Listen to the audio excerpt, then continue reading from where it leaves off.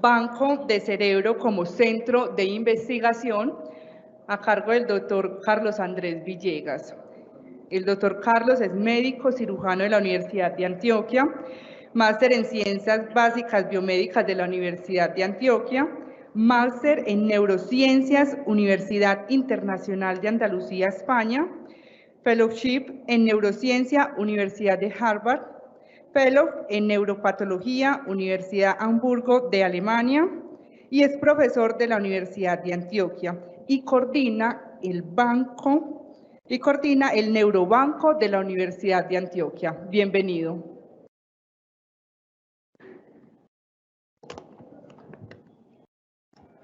Bueno, primero, muchas gracias por la invitación y pues vamos a empezar en materia. Vamos a hablar entonces de lo que son los bancos de cerebro y como centros de investigación. Es curioso porque casi siempre me ponen a hablar es de la importancia que es donar, o sea, de hablar a las familias, de decirles de lo importante que es que ellos entreguen el cerebro, y en esta ocasión me toca algo un poco que está muy directamente relacionado, pero hay algunas diferencias en este momento, es decir, ¿por qué es importante el banco de cerebro? O sea, casi siempre digo, es importante el cerebro, pero ahora es como el paquete completo, ¿por qué es importante? ¿Cierto? Entonces, las enfermedades neurológicas es un problema extremadamente grave. Estamos hablando de cientos de millones de personas en el mundo afectados con enfermedades neurológicas. Y uno dice, cientos de millones. Sí, señor, estamos hablando de casi 50 millones de personas con demencia. Y solamente migrañas o cefaleas, se habla de cerca del 10% de la población mundial. Lo que son los accidentes cerebrovasculares, lo que son otras patologías como epilepsia. Y aquí ya diríamos para las enfermedades psiquiátricas, entonces estamos hablando de cientos de millones de personas en todo el mundo con estas patologías, que indiscutiblemente son enfermedades con un costo económico muy alto, es un desangre económico para las economías de todo el mundo, pero yo siempre he creído que lo más grave es la afectación familiar que tienen estas enfermedades. ¿Qué es un biobanco? ¿Cierto? Y específicamente, ¿qué es un banco de cerebros? Entonces, pues, estas son un par de definiciones que encontré en unas publicaciones, que es básicamente lo que consideramos casi todos. Es un sitio donde se almacenan muestras biológicas que van a ser usadas para investigación, ¿cierto? Se pueden almacenar muchos tipos de muestras biológicas. Podemos almacenar ADN, y existen bancos de ADN, de suero, de plasma, de piel, de tumores, de todo lo que ustedes se puedan imaginar, ¿cierto? Hay de hígados, de parte linfática, hay de bancos de cerebros dedicados a diferentes temas, hay de bancos de cerebros a nivel pediátrico, hay bancos de cerebros para enfermedades psiquiátricas, el de nosotros se ha enfocado más que todo en enfermedades neurodegenerativas. Pero básicamente todos los bancos de cerebro pues tienen un fin que es, o casi todos los biobancos tienen un fin que es de investigación.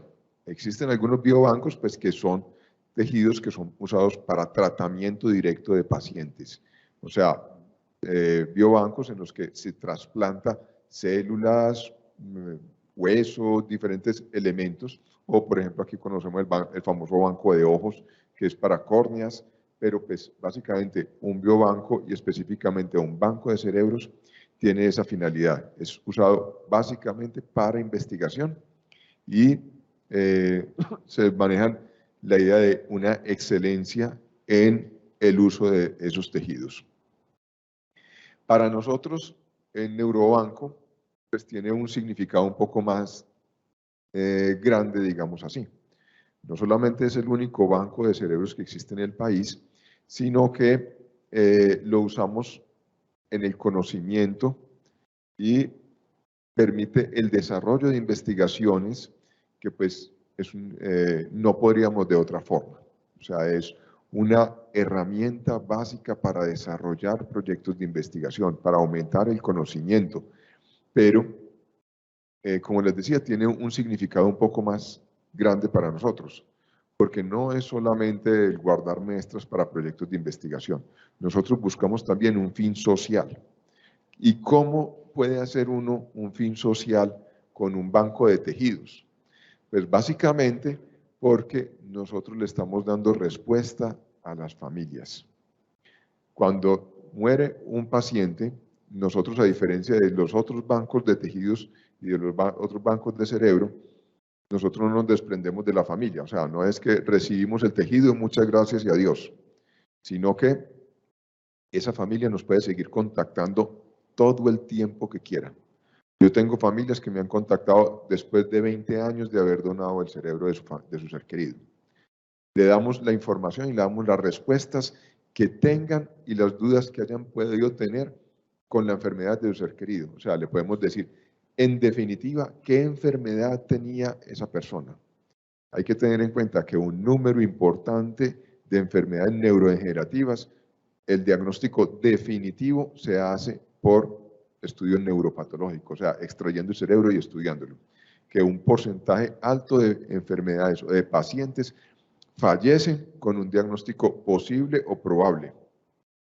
Entonces nosotros nos reunimos con la familia y le decimos, vea, encontramos esto en el cerebro de su ser querido. Eso explica por qué a nivel clínico tenía esto otro.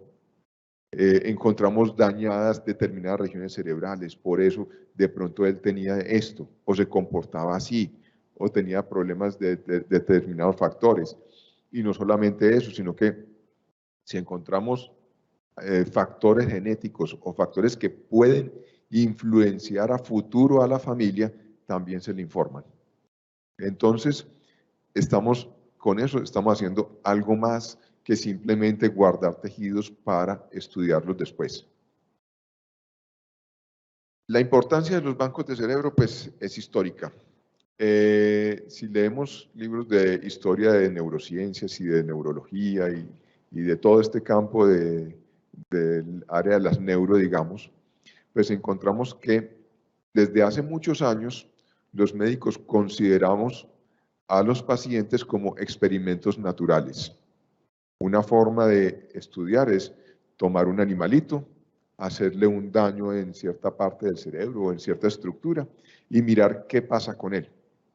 Pero todos conocemos en las publicaciones los reportes de caso clínico. O sea, miramos qué pasa en un paciente y qué pasa en el tiempo, dónde está la lesión y qué ocurre.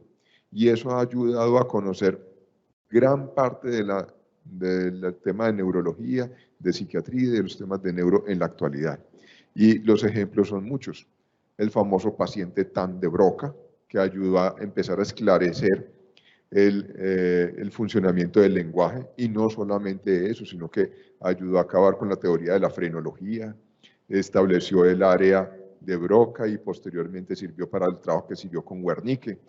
Tenemos los casos de Oscar Fischer y Alois Alzheimer. Ahí está la paciente August Detter a la izquierda.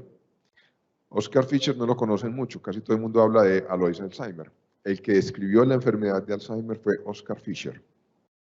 Por una paradoja, injusticia histórica, siempre se le ha asignado a Alois Alzheimer, porque el que escribió el libro de psiquiatría, del tratado de psiquiatría, era el maestro de Alois Alzheimer y desestimó totalmente el trabajo de Oscar Fischer, que terminó muriendo en un campo de concentración nazi, ¿cierto? Entonces, son injusticias históricas que han ocurrido, pero pues que podemos empezar a hablar de Oscar Fischer y Alois Alzheimer como las personas que describieron la enfermedad. Pero pues, indiscutiblemente, si ellos no hubieran tenido acceso a los cerebros de estas personas, pues estaríamos todavía diciendo de un reblandecimiento cerebral, de lo que se hablaba en la Edad Media, de lo que podía ocurrir con las personas que envejecían.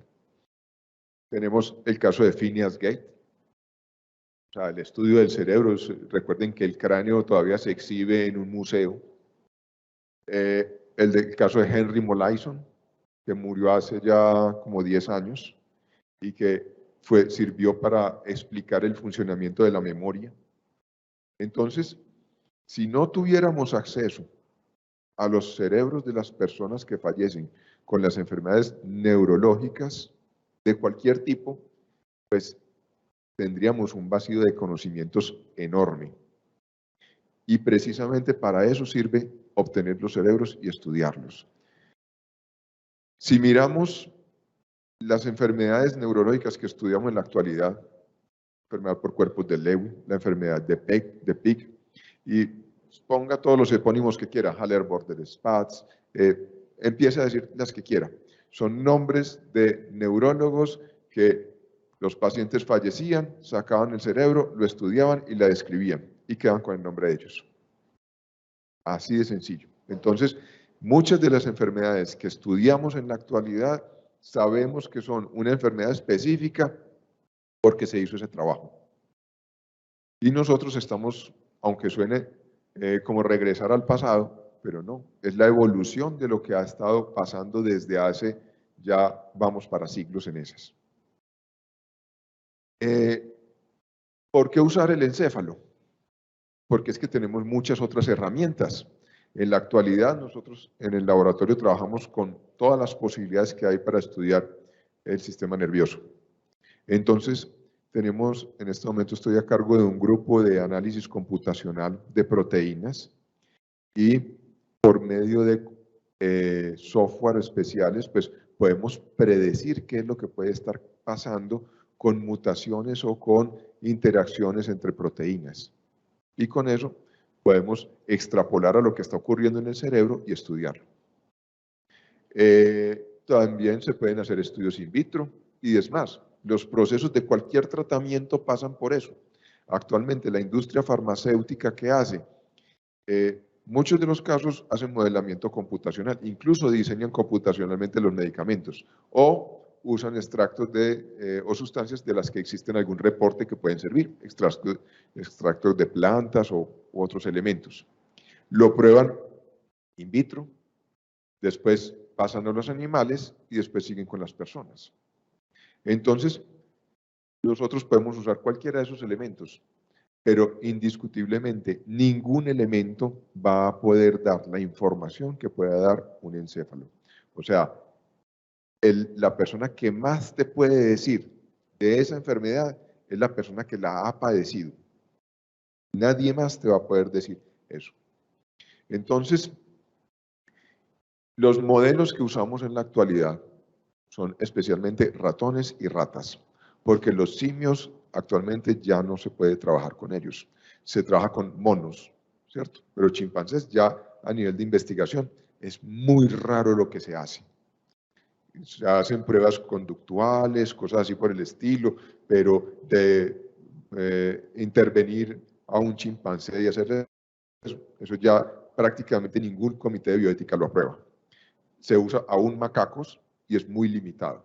Casi todos los trabajos a nivel mundial es con ratones y ratas y créanme que ponen todas las trabas que se puedan imaginar para matar un ratón o una rata.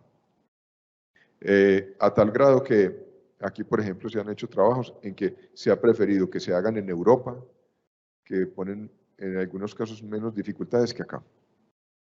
Entonces, fijémonos las diferencias entre los encéfalos entre un humano y cualquiera de estos modelos. O sea, es que estamos lejos en diferentes elementos, en la proporción de peso corporal, en la relación de peso de encéfalo a peso corporal, en el peso de esas estructuras, incluso en la relación genética entre un humano y otro, no importa la persona que usted coja de cualquier parte del mundo, la diferencia a nivel de genoma es de aproximadamente un 0.1%. Mientras que cuando estamos hablando de un ratón, estamos hablando del 25% de diferencias. Entonces, no es igual. Tenemos problemas tan graves como, por ejemplo, para tener un modelo de enfermedad de Alzheimer, que es lo que más trabajamos nosotros, modelo animal. El que más se usa es el ratón transgénico. Tiene que ser un triple transgénico, o sea, tiene que haber sido modificado 3 veces genéticamente para que desarrolle y no desarrolle exactamente la enfermedad. Desarrolla lesiones y desarrolla algunas alteraciones, pero no desarrolla la enfermedad de Alzheimer como la conocemos. Entonces, no existen modelos. Hay muchas enfermedades que en estos animales no da. No existe esa enfermedad en los animales, así lo manipulemos genéticamente. Entonces, pues indiscutiblemente, extrapolar lo que está ocurriendo en un cultivo celular, en un animal, a lo que está ocurriendo en los humanos, pues no es real. O sea, sí podemos hacer conjeturas, decir que esto ocurre en un animal y que en el humano se observa esto, pero se necesita indiscutiblemente ir a las personas.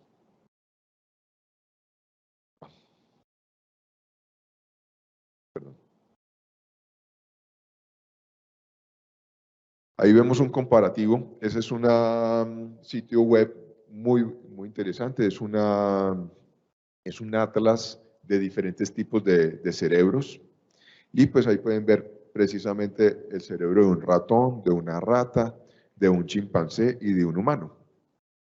La cuestión es que miren las escalas de tamaño para que se den cuenta la diferencia de lo que estamos hablando.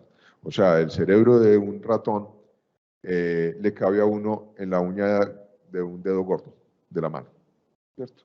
Y le sobra espacio. Entonces, son diferencias abismales.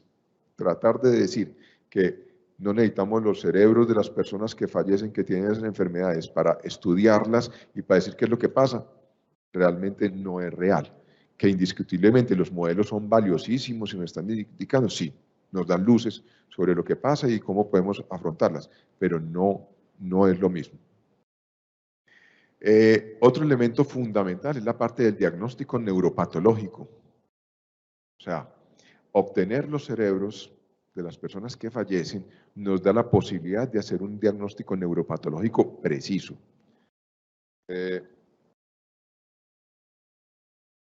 Esto que tenemos acá son, todos estos que les estoy mostrando son casos del banco de cerebro nuestro.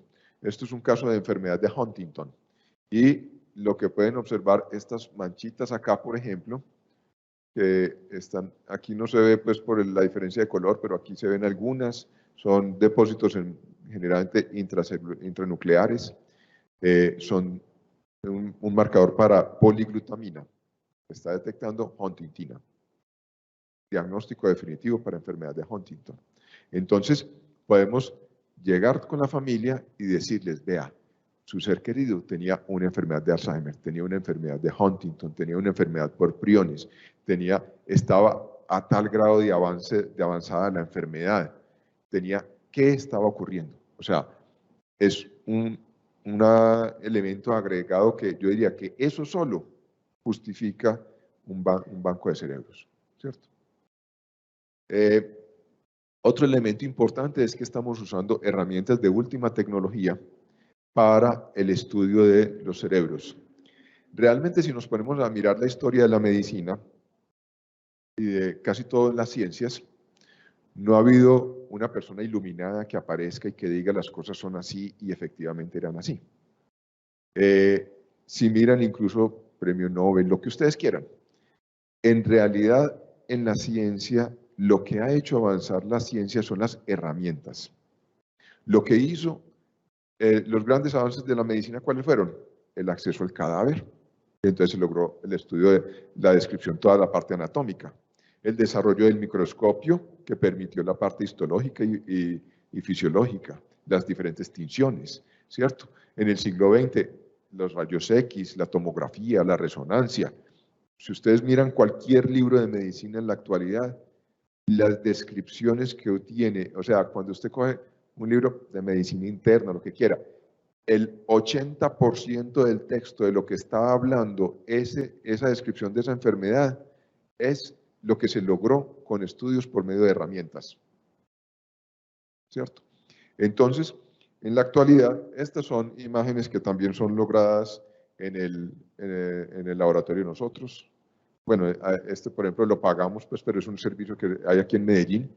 Esto es, por ejemplo, un caso muy especial de enfermedad de Alzheimer que resulta que es resistente a la enfermedad. Una persona que murió y que lo publicitaron mucho hace poco y esa persona se debió haber enfermado al menos 20, 30 años antes de lo que se enfermó. Es más, yo diría que un poco más. Y encontramos que tenía una mutación que la estaba protegiendo. Y pues este es viendo el efecto de otros elementos como la apolipoproteína E, donde está la mutación protectora y así sobre esas células. Esta es una microscopía electrónica de ese mismo caso por transmisión, lo que llamamos un TEM, ¿cierto? Viendo los depósitos que tiene esa persona.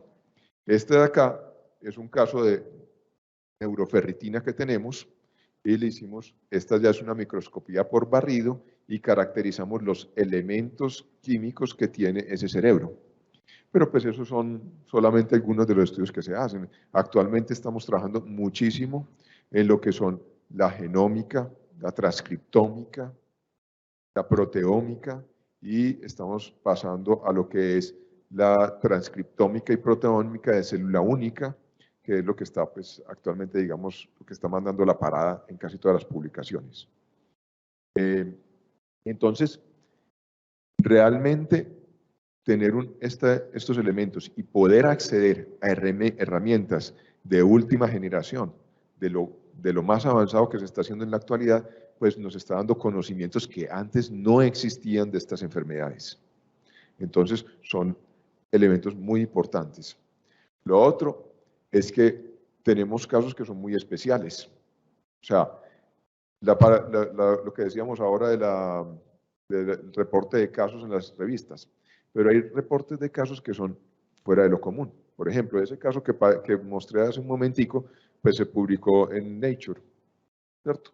Y Nature no publica reportes de casos, pero hay casos que son súper especiales o son únicos. Este caso es otro caso de una persona que tiene una mutación que debió haber desarrollado enfermedad de Alzheimer y no desarrolló enfermedad de Alzheimer, desarrolló otra enfermedad en que desarrolla alteraciones a nivel motora y esto, por ejemplo, son depósitos de beta-amiloide a nivel de la médula espinal, ¿cierto? Entonces, esos casos especiales donde tenemos mutaciones específicas, cosas raras, digamos así, y que poderlas describir y decir la clínica y decir qué se encontró en el cerebro, pues eso indiscutiblemente es algo importante para todo el mundo. Actualmente, si ustedes ven grupos familiares que ustedes dicen, esta enfermedad, eso está en esa familia, ¿cierto? Y hacen el estudio genético y logran encontrar cuál es la alteración genética, que es lo siguiente que va a hacer un genetista, ir a las bases de datos, mirar los reportes que existen a nivel mundial sobre qué ha ocurrido en esos pacientes que tienen esa mutación. Y eso es lo que le informamos a la familia. Le decimos, vea, en el mundo se han encontrado 1, 2, 15, 20, muchas personas que tienen esa misma mutación y esto es lo que va a pasar con ellos. ¿Cierto? O sea, ya tenemos un pronóstico y le podemos decir a esas personas qué va a ocurrir a nivel futuro. Entonces, eso es lo que da tener un banco de tejidos. ¿Cierto? Si no tuviéramos un banco de tejidos, pues se iría para patología, se hace el diagnóstico y ya. ¿Quiénes son los donantes? Básicamente cualquier persona puede ser donante. Cualquiera nos puede donar. ¿Por qué? Porque no solamente es una persona que tenga una enfermedad neurológica, sino que necesitamos los controles negativos, o sea, personas que no tengan ninguna enfermedad neurológica.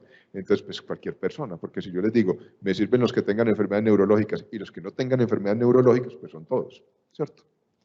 ¿Por qué necesitamos personas que no tengan enfermedades neurológicas? Porque yo tengo que comparar el que está sano con el que está enfermo. Si yo estoy buscando una interacción entre proteínas y yo digo que eso está causando la enfermedad, pues yo tengo que demostrar en alguien que no tenga esa enfermedad que eso no está ocurriendo, ¿cierto? Entonces, buscamos los que tengan esa información. Mientras más información clínica se tenga de un caso, más valioso es el caso. Cuando estaba iniciando el banco de cerebros, tomamos una decisión muy importante. Caso de que no tengamos información clínica, no se colecta. Es que ¿para qué sirve tener un cerebro que usted no sabe nada de eso? O sea, eso es tener un tejido ahí guardado que se está deteriorando, que está ocupando espacio, que una cantidad de cosas y que no le estamos prestando ningún servicio a nadie. Pues a veces, entonces quedaron unos poquiticos así que por diferentes razones nos llegaron y pues los usamos de controles para estandarizar técnicas o cosas así, pero pues es un tejido que no tiene utilidad. Mientras que esos que usted tiene resonancia, evaluaciones seguidas, así, tenemos la ventaja de que con el grupo familiar que tenemos acá, nosotros sabemos qué personas se van a enfermar.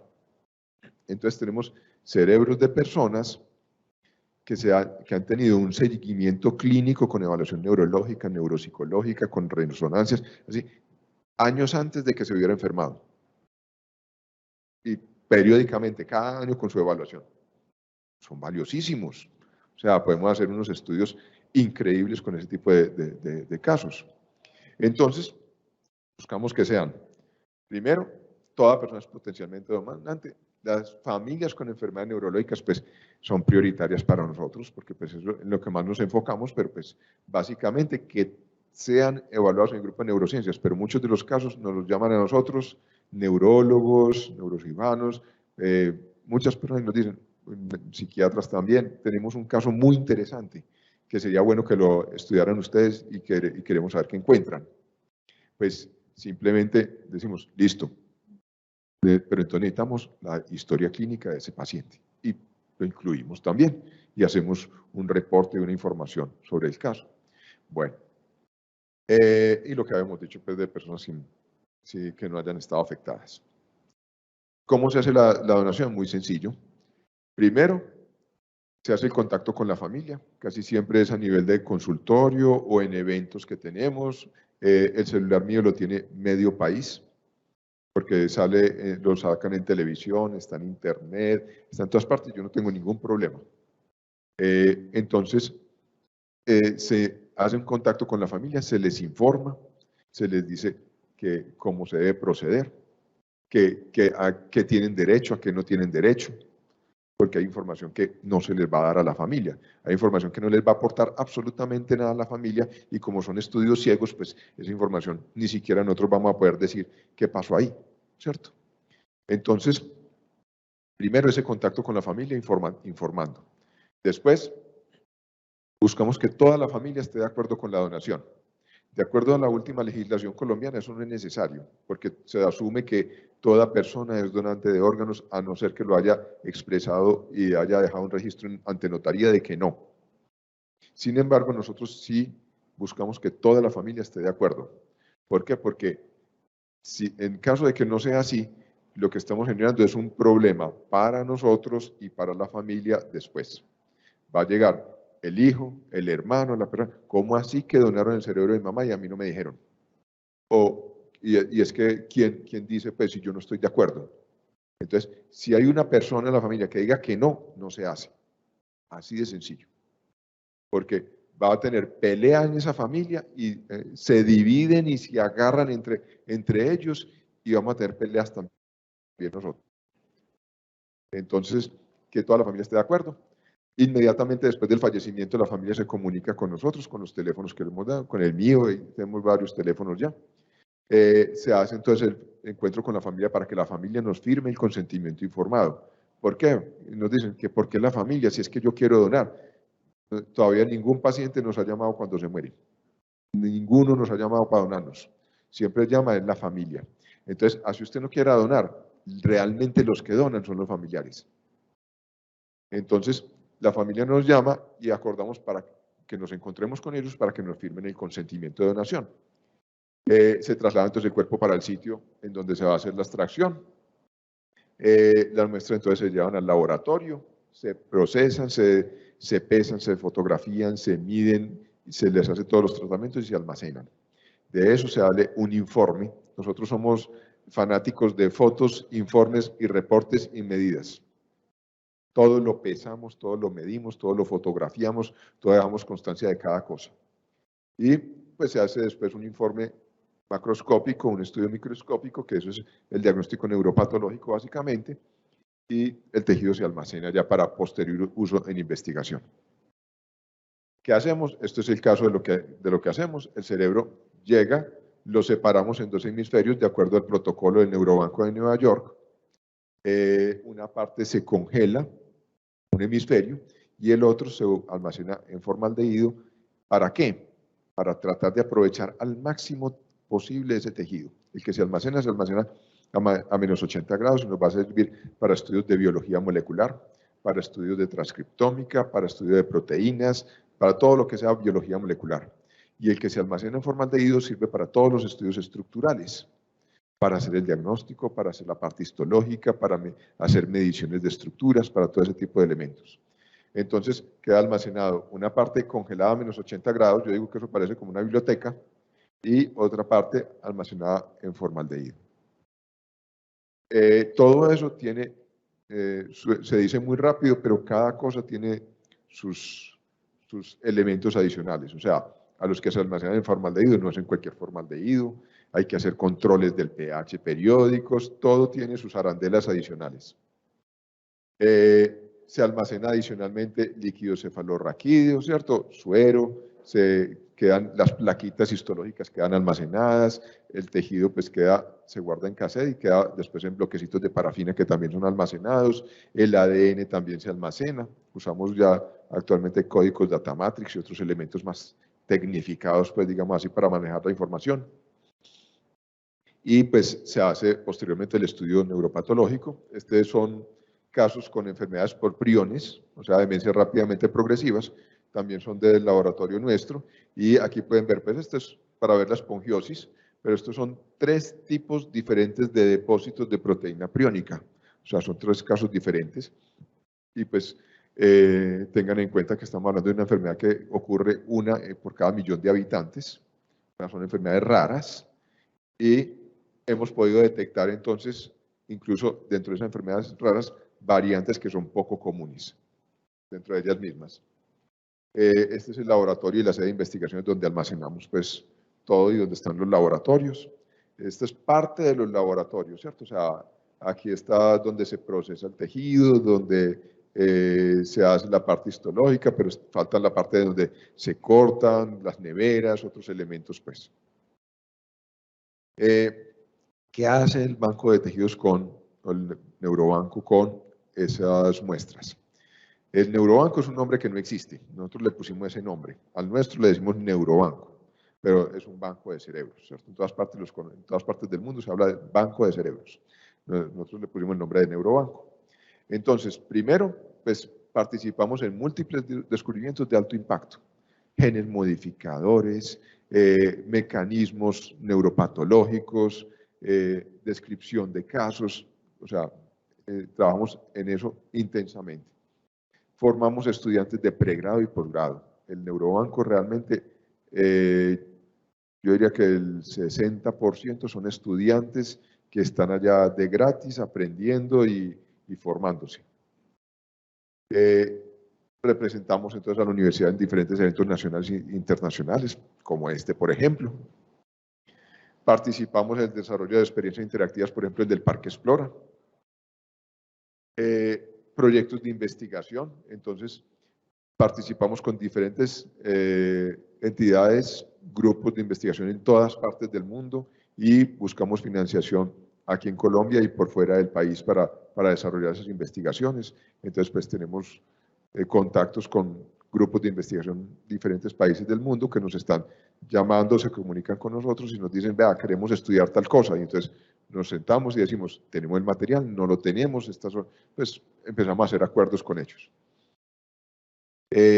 La parte de creación y desarrollo de herramientas para investigación y posible diagnóstico y tratamiento. Por ejemplo, aquí con la universidad, con la Unión Remington, vamos a trabajar dentro de poco con la parte de biomarcadores para poder, vamos a evaluar las técnicas en las muestras que tenemos, ¿cierto? Entonces, eso va a ser algo que, si todo funciona bien, en cuestión, probablemente este mismo año se puedan estar mandando esos exámenes a los pacientes. ¿Qué se puede obtener cuando se hace una donación? Hay familias que nos llegan y nos dicen, es que ustedes venden esos cerebros, o ¿qué hay para mí? ¿Cierto? Hay gente que piensa hasta eso con el cerebro del papá y de la mamá.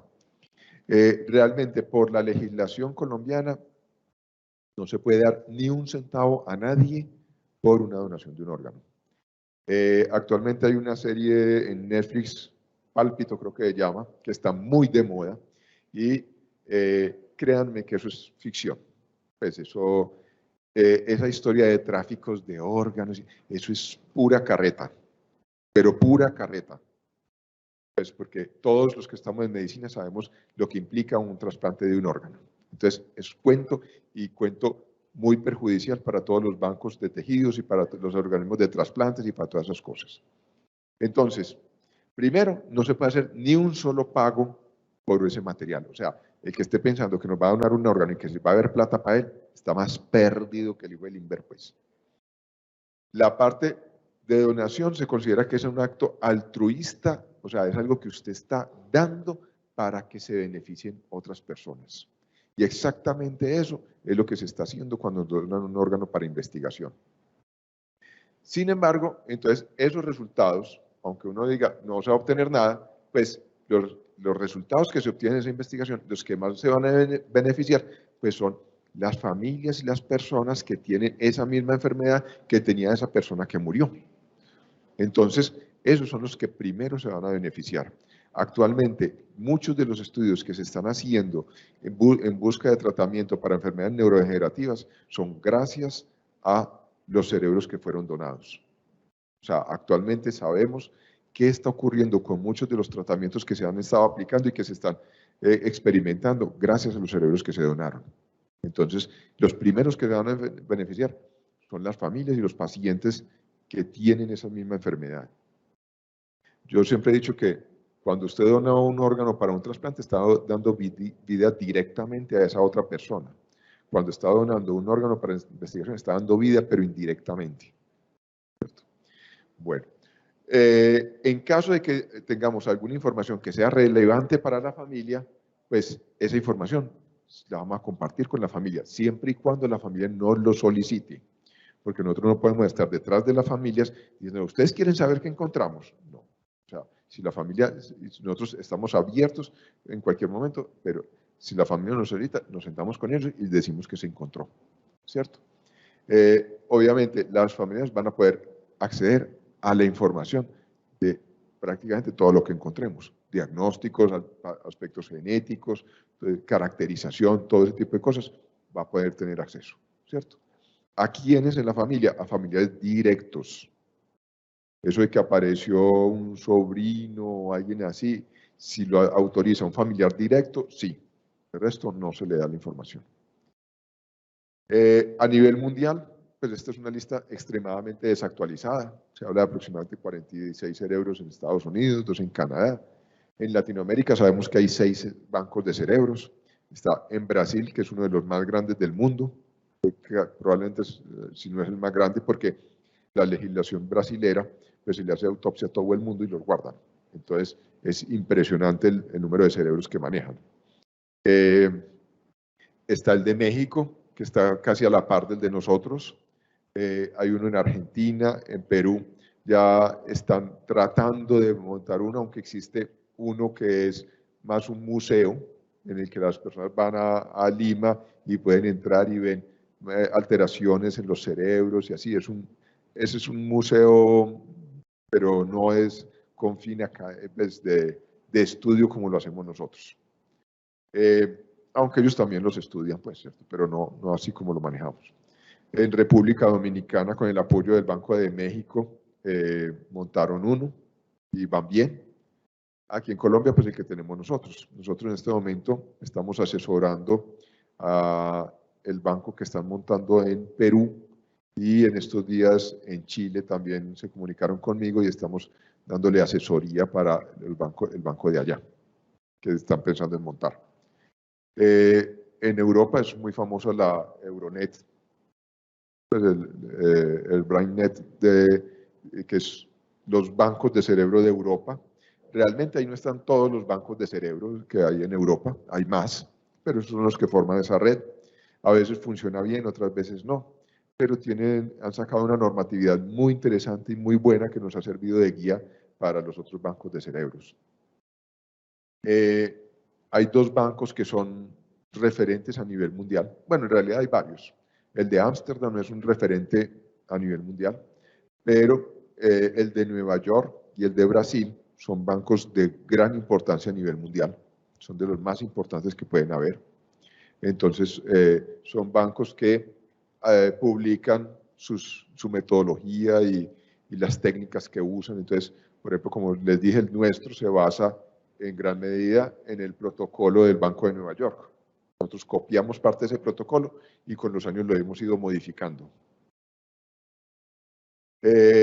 Antecitos de la pandemia tuvimos una reunión, la escuela de verano que hacemos cada año en la universidad de neuropatología, y nos juntamos todos los miembros de los bancos de cerebros de aquí de Latinoamérica y creamos la red latinoamericana y del Caribe de bancos de cerebros. Entonces ahí está, este es el de República Dominicana, este es el de México, este hace parte pues también del banco de acá, este es un colaborador de Inglaterra que es Raj Kalarian, es un neuropatólogo referente a nivel mundial, escribió como 4 de los capítulos, que es la Biblia de neuropatología a nivel mundial. Este pues soy yo, aunque no parezca. Esta es la representante del Banco de Brasil y este es el de la Argentina. Entonces nos reunimos y creamos la red latinoamericana y nos comunicamos entre nosotros y pues nos ayudamos en lo que podemos. Este es el grupo que trabaja conmigo. Como esa foto fue antes de la pandemia, no hemos actualizado, pues ya ha habido algunos cambios, pero pues en realidad yo digo que ese no es el neurobanco. El neurobanco son todas las familias que nos han donado los cerebros. Si no fuera por ellas, no habría banco de cerebros. Y es más, por normatividad y por consentimiento informado, puede ir cualquiera de ellos y decir, saquen ese cerebro de ahí y destruyanlo. Pues obviamente por consentimiento informado hay que hacerlo. Entonces, realmente el banco de cerebro no somos nosotros, son ya lo más de 450 personas que nos han donado, de familias que nos han donado cerebros de sus seres queridos en un acto de desprendimiento que lo valoramos muchísimo, ¿cierto? Ese es el teléfono mío, igual, lo pueden copiar, pasar, eso sí, no se pongan a charlar con él, pero pues todo lo que sea información al respecto, estoy abierto para lo que sea. Yo tenía un profesor que decía que cada paciente era un libro. O sea, le decía, usted quiere aprender de esa enfermedad, mire el paciente, vaya a la cama del paciente, tóquelo, obsérvelo, mírelo. Cada paciente es un libro. Yo digo que lo que tenemos no es un libro, es una enciclopedia completa. Es impresionante lo que podemos aprender de cada cerebro. O sea, y lo bueno y bonito e interesante es que usted hace las preguntas y usted mismo se las contesta. Usted tiene que diseñar cómo hace para responderse su pregunta y ahí tiene, busque la respuesta ahí. Entonces, eso es lo que tenemos con cada cerebro que nos donan. Entonces, el acceso que nos da de información cada cerebro, básicamente está buscando disminuir el sufrimiento de esas familias y de esas personas que tienen esas enfermedades neurológicas. Y eso es todo.